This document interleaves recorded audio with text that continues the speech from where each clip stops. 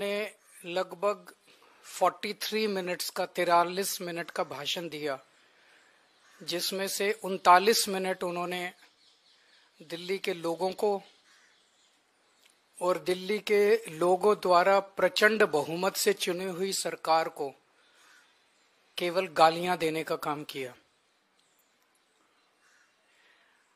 2015 में दिल्ली के लोगों ने 2 सरकारें चुनी थी दिल्ली के लिए। दिल्ली के संविधान में एक अजीब सिचुएशन है, दिल्ली हाफ स्टेट है, तो दिल्ली में लोग 2 सरकारें चुनते हैं। कुछ मुद्दे एक सरकार के अंडर में आते हैं और कुछ मुद्दे दूसरी सरकार के अंडर में आते हैं। तो दिल्ली में 2015 में लोगों ने 2 सरकारें चुनी थी, केंद्र सरकार बीजेपी की और दिल्ली सरकार आम आदमी पार्टी की।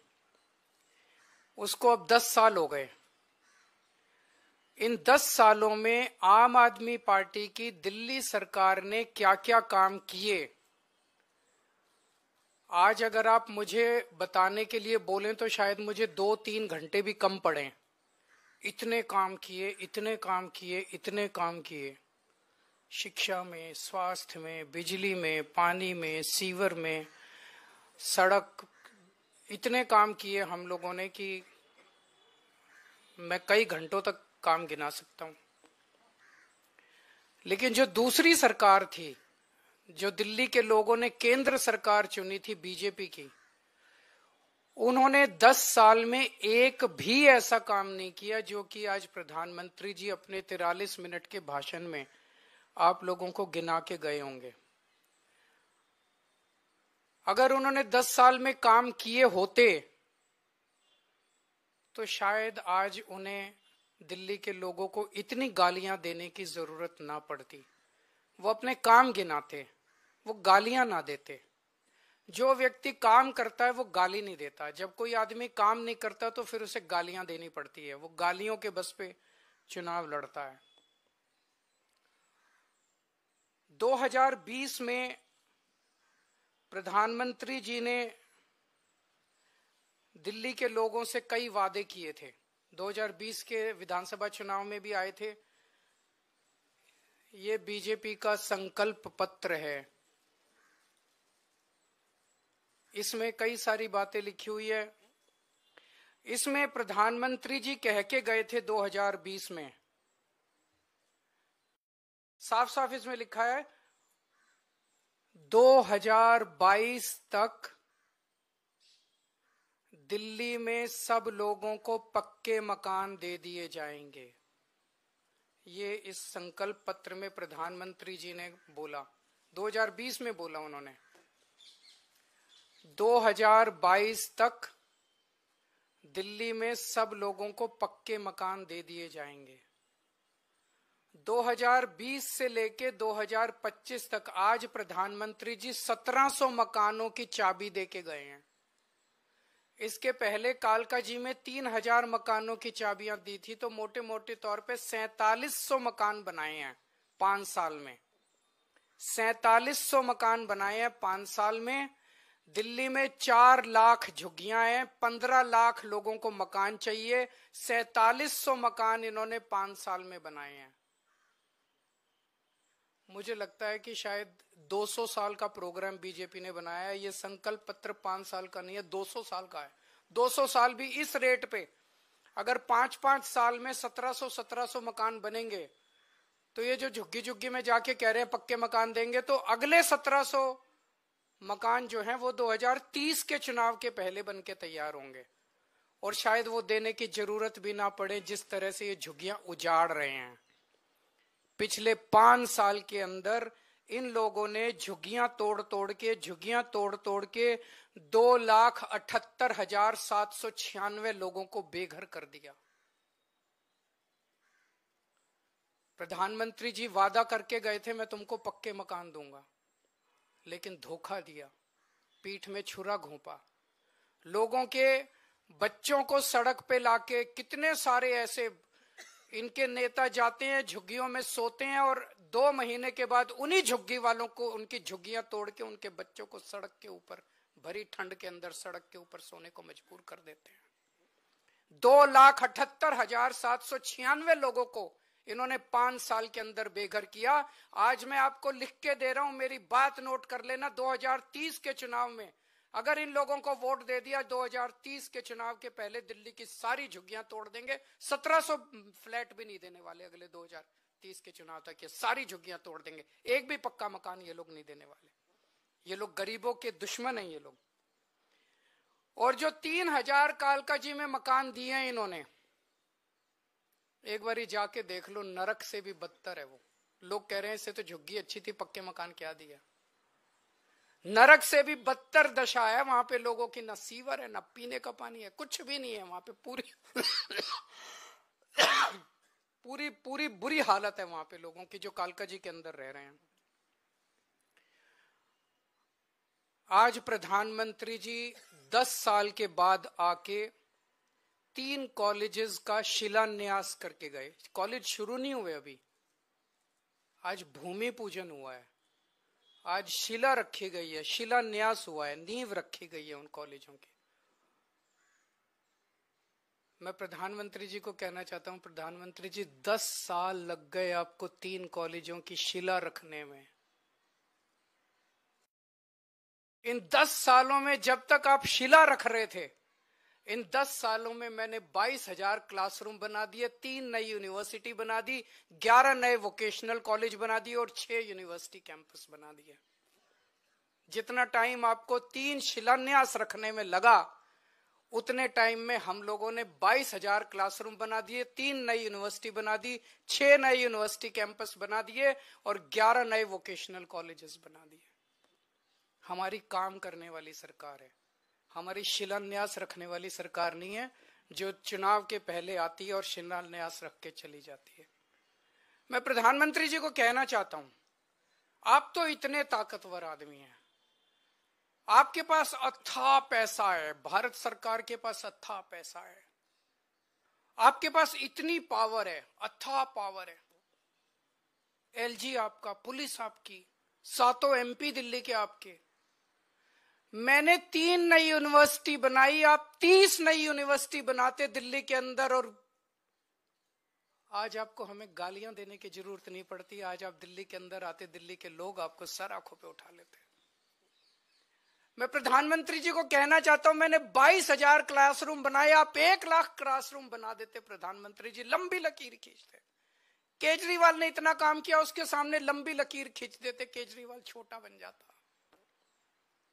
लोग आपकी वाह वाह करते। आपको मुझे गाली 39 मिनट तक आपको गालियां देने की जरूरत ना पड़ती अगर आप कुछ काम करके दिखाते। प्रधानमंत्री जी, आपकी वाह वाह होती। मैंने 530 मोहल्ला क्लिनिक बनाए 5 साल के अंदर दिल्ली में, आप 5,000 मोहल्ला क्लिनिक बना देते प्रधानमंत्री जी, आपकी वाह वाह होती दिल्ली के अंदर। केजरीवाल को, आम आदमी पार्टी को, झाड़ू को कोई पूछता ही नहीं।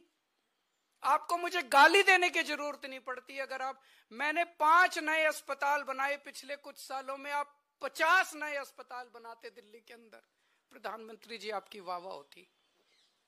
लोग कहते भाई प्रधानमंत्री ने बड़ा।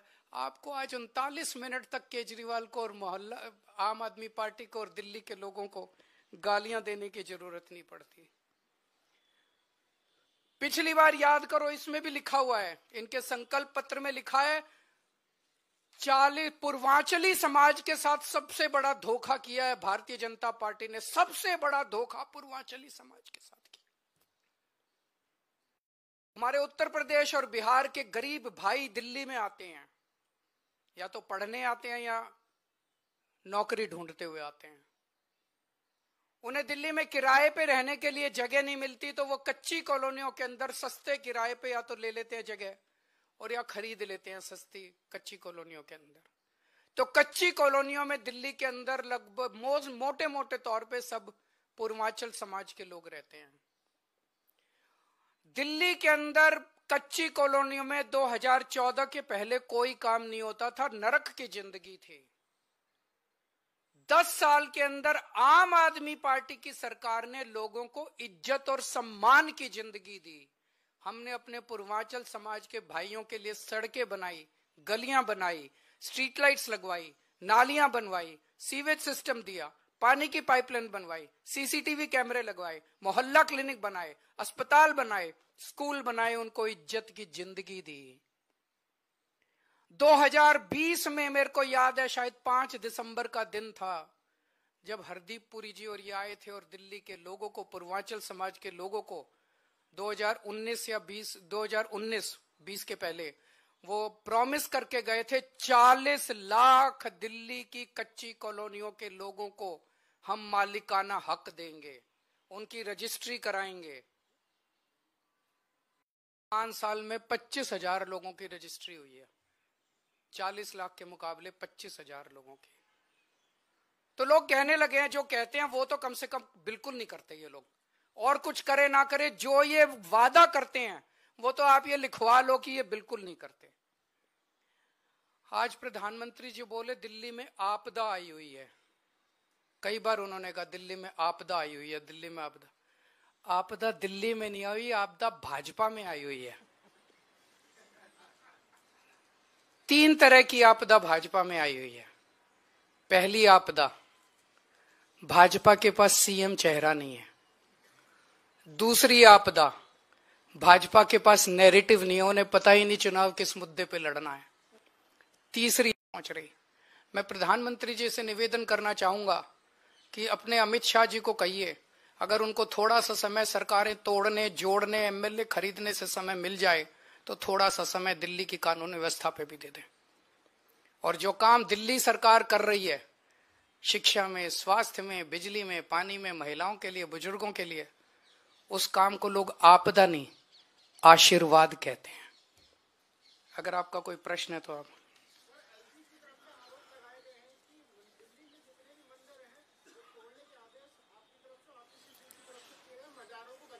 नहीं, वो झूठ बोल रहे हैं। एलजी साहब कुछ भी बोलते रहते हैं। एलजी साहब ने जो आदेश दिए उस पे क्या कह रहे हैं, वो जो 22 नवंबर को आदेश दिए, चोर चोरी करते हुए रंगे हाथों पकड़ा गया, फिर कह रहा पूरी दुनिया चोरी कर रही है इसलिए मैंने भी कर ली।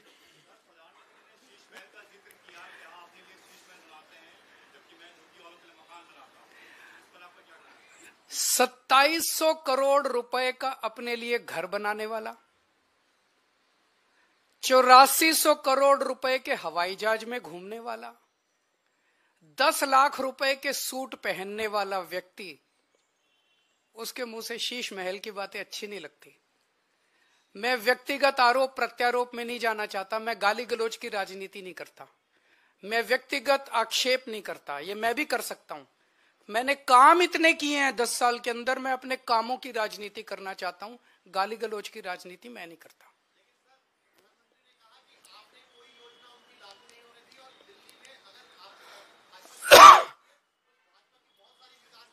हमारे सामने एक ही मकसद होता है, दिल्ली के व्यक्ति का कैसे फायदा होगा। अगर दिल्ली के व्यक्ति का फायदा, आम आदमी का फायदा केंद्र सरकार की योजना से होता है, हम केंद्र की योजना लागू कर देंगे। अगर हमें लगता है कि मध्य प्रदेश की सरकार ने कोई अच्छी योजना लागू कर दी, हम उसे दिल्ली में लागू कर लेंगे। हमें लगता है तमिलनाडु की सरकार ने कोई अच्छी योजना लागू कर ली, हम उसे लागू कर देंगे। हम इस चक्कर में नहीं करता तेरी योजना मेरी योजना, तेरी योजना मेरी, हम इस राजनीति में नहीं पड़ते। वो लोग कह रहे हैं हमारी योजना लागू नहीं की। दिल्ली की आयुष्मान भारत की बात कर रहे हैं ना, हमने कई बार बता दिया कि किस तरह से आयुष्मान योजना दिल्ली के आयुष्मान योजना कहती है जिसके पास स्कूटर है, जिसके पास कार है, जिसके पास पक्का मकान है, जिसके पास टीवी है, जिसके पास फ्रिज है, उसको अस्पताल की सेवाएं नहीं मिलेंगी। बचा कौन दिल्ली में, बता दो कोई? 1 मिनट, कोई बचा ही नहीं। हमारी योजना कहती है जिसके पास मर्सिडीज गाड़ी है उसका भी इलाज हम फ्री में कराएंगे। बताओ क्या दिक्कत है? हमारी योजना अच्छी कि उनकी योजना? मैं करा दूंगा, आ जाओ, मैं करा दूंगा, मैं करा दूंगा। एक बारी बैठो, मैं कराऊंगा, मैं कराता हूँ। बैठो। इनका एक बारी नाम नंबर वगैरह ले लो जरा सारे।